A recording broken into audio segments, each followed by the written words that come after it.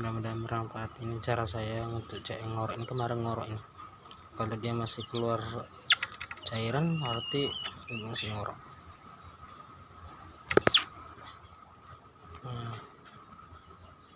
Masih ngorok. Ini belum sembuh tapi udah mulai berkurang. Kemarin sudah banyak ya. Oke, mulai ini misalnya sih kalau masih ngorok-ngorok gitu, ngorok-ngorok biasa itu cepat sembuh ya, kecuali kayak gini ada pembengkakan kayak gini.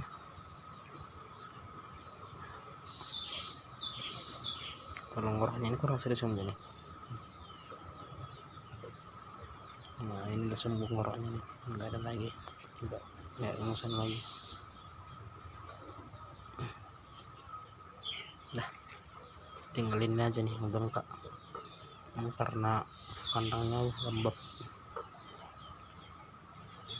kayak gini. Tapi nggak apa-apa ini, kalau ngorok-ngorok kayak gini nggak apa-apa, biasa aja.